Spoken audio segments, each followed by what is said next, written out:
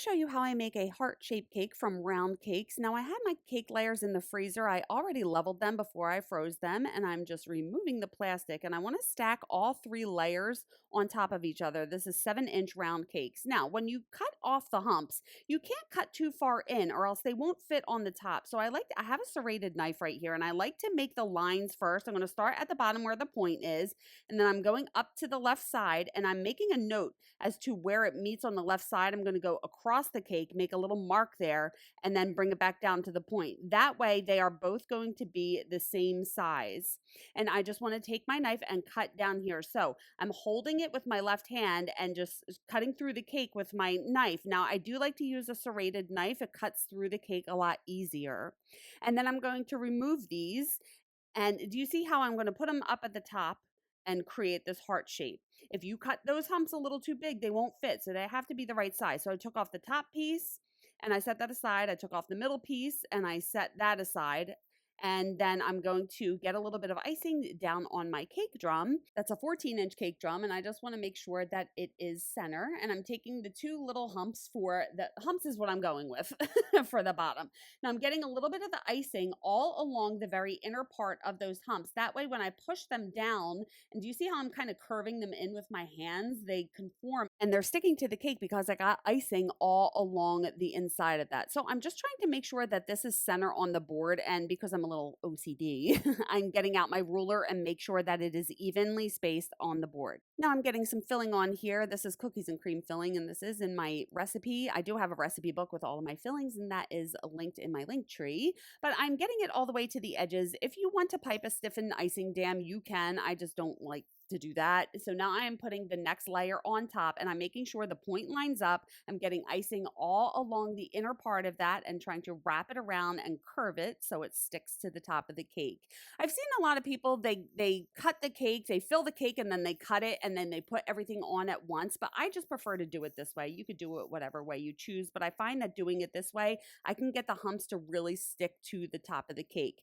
And then again, I'm getting another layer of icing down, and I'm going to repeat the process by putting the 3rd layer on top. I prefer to do this with cakes that aren't torted. I think it's easier to work with thicker layers like this. They're not going to get messed up as you handle them because they're a little more sturdy. So once I have all 3 layers on here, I'm kind of just like pressing it down with my hands and just making sure that it is all lined up correctly. And then I'm just spackling the seams here with my spatula. You got to be careful because the point is a little delicate. So I'm just trying to spread this icing along the seams to seal everything in. And then I'm wrapping it with the plastic wrap, and I want to let it sit for a couple hours at least to settle before I put on the crumb coat. Now, after it settles, I remove the plastic wrap, and I'm going to take my spatula and scrape the excess icing that was pushed out the sides due to the cake settling before I add my crumb coat. And now I'm using American buttercream on this cake, and I'm just spreading a little layer around the very bottom half. And you see in the back where the humps are, how I'm trying to create a little indent. I know a lot of people like to cut out a little triangle at the top to make it a little more prominent, but I just like to do it this way. So now I'm getting a little bit of icing on the very top and then spreading the icing around the top half of the cake as well. And now I want to smooth this out. So I have my bench scraper. Do you see I'm starting at the humps, and I kind of pressed it in the very back to create that little indent. And this is a crumb coat, so it doesn't have to be perfect. So I'm kind of just going around the outer edge once. And there's a little too much icing back here, so I'm just trying to remove some of the icing so I can create that little indent at the top of the heart.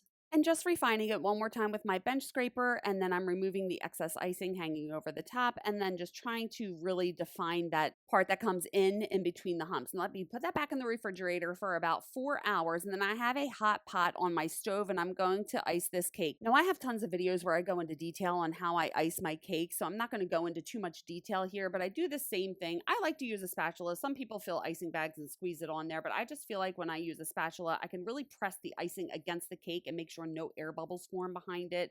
So I like to ice the bottom half and then the top half, making sure the icing comes over the very top and then fill in the top of the cake. And then I'm using my hot bench scraper. I'm starting in the very back, pressing it in, and then coming down. Sorry, it's a little blurry. My head was in the way.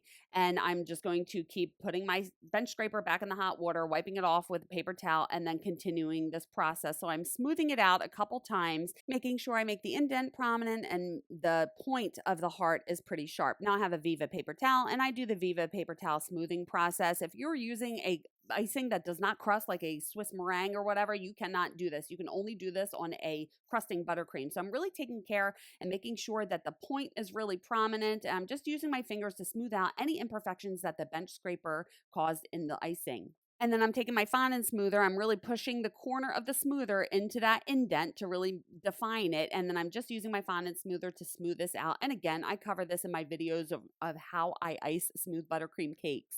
Now I'm sitting eye level with the cake and holding my spatula perfectly horizontal and really cutting this in to get a sharp edge. And I'm going to put that back in the refrigerator for about 10 minutes. And then I'm doing the final smoothing process. So I have my butcher paper and my fondant smoother, and this is removing any of the lines that the paper towel caused in the icing. And then I like to get eye level with the cake again and really refine that top edge and get it nice and sharp and get everything clean. And then I like to drop a little bit of hot water on the top of the cake and smooth that out to make the icing look nice and pretty and perfect. And that's how you can turn a round cake into a heart. Here are some of the other heart cakes I've made. And if you'd like to learn how to pipe designs like these, I've got full videos showing you step by step how to do it.